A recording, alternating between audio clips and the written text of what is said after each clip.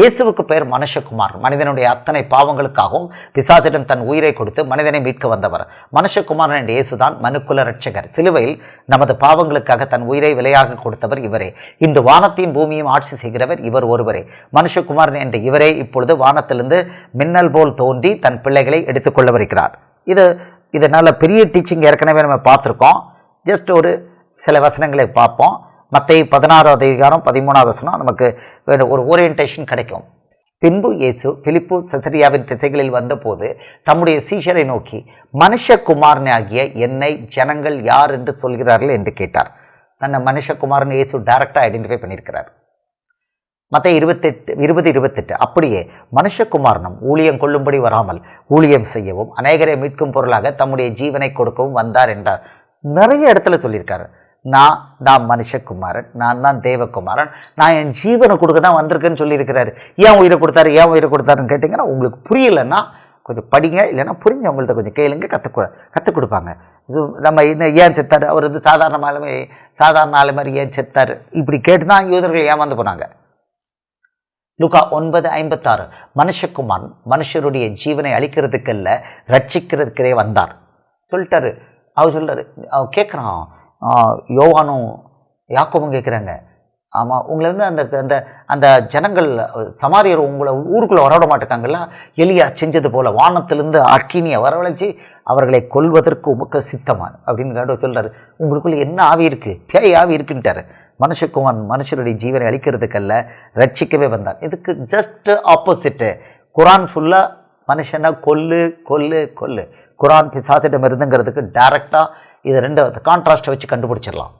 மத்தேயு 20:18 இதோ எருசலேமுக்கு போகிறோம், மனுஷகுமாரன் பிரதான ஆசாரியரிடத்திலும் வேதபாரகத்திலும் ஒப்பு கொடுக்கப்படுவார், அவர்கள் அவரை மரண ஆக்கினைக்குள்ளாக தீர்த்து. மனுஷகுமாரன் தான் உயிர் கொடுத்துருக்காரு உங்களுக்காகவும் எனக்காகவும். மனுஷனுடைய குமாரன் அவரை பரியாசம் பண்ணும், வாரினால் அடிக்கவும், சிலுவையில் அறையும், புறஜாதியரத்தில் ஒப்பு கொடுப்பார். ரோமர்கள் வந்து புறஜாதியர்கள் ஆகிலும் 3ஆம் நாளிலே அவர் உயிரோடு எழுந்திருப்பார் என்றார். ஏன் செத்தார்னு கேட்டுட்டு இருக்காங்க முஸ்லீம்கள் கொஞ்சம் பேர். அவர் 3ஆவது நாள் உயிரோடு இருந்துட்டு இன்னைக்கு உயிரோடு இருக்காரு. இது அவனுக்கு வந்து மைண்டில் ஏறவே மாட்டுக்கு. அவர் தேவன்கிறத அழகாக ப்ரூவ் பண்ணிட்டார். மறிக்கிறது ஒரு லெவல் தான், உயிரோடு எந்திரிக்கிறது தான், உயிரோடு எந்திரிச்சு இன்னைக்கு உயிரோடு இருக்கிறது அதுதான் மெயின். அதை விட்டுருந்தாங்க. ஏன் மறித்தார், எப்போ 3ஆவது நாள் உயிரோடு எழுந்துட்டார்ல. அப்புறம் அங்கே முகமது சொல்கிறாரு, இயேசு மறிக்கவே இல்லை, அவரை கொலை செய்யவே இல்லை. ரெண்டு இடி இடிக்கிறார் கிடையாதுன்னு. இவங்க கேட்குறாங்க, இயேசு ஏன் மறித்தார், முஸ்லீம்களே கேட்குறாங்க, அவர் ஏன் அவ்வளோ பெரிய தேவனை ஏன் மறித்தார். இப்போ ஒன்று நீ முஸ்லீமாரு இல்லைன்னா கிறிஸ்தவனாரு, இப்படி தலை குப்புற பேசக்கூடாது. அவர் மறிக்கவே இல்லைன்னு முகமது சொல்கிறார், நீ வந்து மறிச்சிட்டாருன்னு நீ கேள்வி அப்போ இஸ்லாமை விட்டுட்டியா? இஸ்லாமை விட்டுட்டு வர்றவன் தான் அந்த கேள்வி கேட்கணும். அவர் ஏன் மறிச்சார் நீ கேள்வி கேட்டானா நீ இஸ்லாமியன் இல்லை. ஏன்னா முகமது சொல்கிறாரு அவர் மறிக்கவே இல்லைங்கிறார். ரெண்டுலேயும் இருக்கக்கூடாது. இந்த பக்கம் ஒரு கால் அங்கே ஒரு கால் கிடையவே கிடையாது. அவர் நச்சுன்னு பொய் அடிச்சிருக்காரு, வரலாற்றை மறுதளிச்சு. ஓகே, இந்த பக்கம் போட்டிலரு இல்லைன்னா அந்த பக்கம் போட்டிலரு, அவ்வளோதான். இங்கே இருக்கு. அவர் ஒன்றும் இல்லை, பல வசனங்களில் சொல்லியிருக்கிறாரு. அவர் வந்து ரட்சிக்க வந்தார், அவருக்கு பேர் மனுஷகுமாரன். இதெல்லாம் ஒன்றுமே மனுஷகுமாரனுங்கிற வார்த்தையே குரானில் கிடையாது. அப்படின்னா குரானில் நீங்கள் படிச்சுட்டு பின்பற்றிக்கிட்டு இருக்கீங்கன்னா உங்களுக்கு பரலோகத்தை பற்றி, ஆன்மீகத்தை பற்றி, உண்மையான ஆன்மீகத்தை பற்றி நாலேஜ் இல்லை, ஜீரோ. அவங்கள ஏமாற்றிக்கிட்டு இருக்காங்க. இஸ்லாம் தான் இருக்கிறதுல பெஸ்ட்டு, மாட்டிக்கிட்டீங்க. எல்லாரும் அப்படி தான், நரகத்துக்கு போகிறவங்களும் அப்படி தான் வஞ்சிக்கிறான். வேறு எப்படி வஞ்சிக்கிறான்? லூக்கா 9:22 மேலும் மனுஷகுமாரன் பல பாடுகள் படவும், மூப்பராலும் பிரதான ஆசாரியராலும் வேதபாரகராலும் ஆகாதவன் என்று தள்ளப்படவும், கொல்லப்படவும், 3ஆம் நாளில் உயிர் தெளிந்திருக்கவும் வேண்டும் என்று சொன்னார். எல்லா இடத்துலையும் கிளீனாக சொல்கிறாரு, தன்னை கொல்வாங்க, மனுஷகுமாரனை கொல்வாங்கன்னு சொல்லியிருக்கிறாரு. 3ஆவது நாள் உயிரோடு இருந்திருப்பார். அப்போ இன்னைக்கு உங்களுக்கு கரெக்டாக மைண்டில் இருக்கணும், அவர் 3ஆவது நாள் உயிரோடு இருந்துச்சு, தன்னை தேவன்கிறத நிரூபிச்சிட்டார். அது சொன்னார், நான் உயிரை கொடுக்குறேன், நானே திரும்பி வந்துப்பேன். யோவான் 10:17-18 வசனம் படிச்சுக்கோங்க. மத்தேயு 26:2 2 நாளைக்கு பின்பு பஸ்கா பண்டிகை வருமென்று அறிவீர்கள், அப்பொழுது மனுஷகுமாரன் சிலுவையில் அறையப்படுவதற்கு ஒப்பு கொடுக்கப்படுவார் என்றார். இவர் தான் டேட்டு கொடுக்குறாரு. கொடுத்த உடனே அவன் வந்து காட்டி கொடுக்க போகிறான்.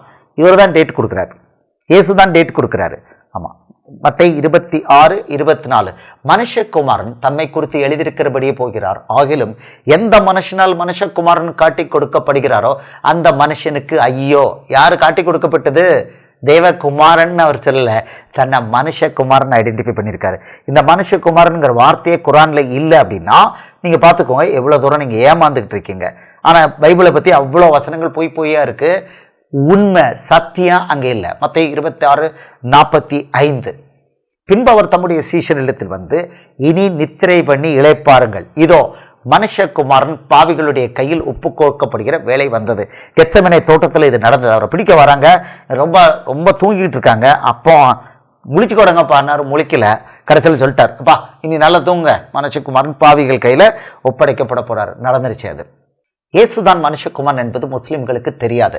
வேதம் மனுஷகுமாரன் இயேசு என்பதற்கான முக்கியத்துவம் பற்றி அநேக வசனங்களை தந்துள்ளது. சிலுவையில் இவரைத்தான் அறைந்தார்கள். உயிர் தெழுந்து பரமேறி சென்றவர் இவரே. இன்று பரலோகத்தில் மனிதனின் பிரதிநிதியாக சிங்காசனத்தில் வீட்டிருப்பதும் பூமிக்கு வரவிருப்பதும் மனுஷகுமாரன் இயேசுவே. குரான் மனுஷகுமாரன் இயேசுவை மறுக்கவில்லை, சொல்லிக் கொடுக்கல, நிராகரிக்கல. மாட்டிக்கிட்டீங்க. ஒன்றுமே தெரியாது உங்களுக்கு, மனுஷகுமாரனை பற்றி தெரியாது, ஒன்றுமே தெரியாது அப்படின்னா மாட்டிக்கிட்டீங்க. ஏன்னா இவர் தான் எல்லாம்.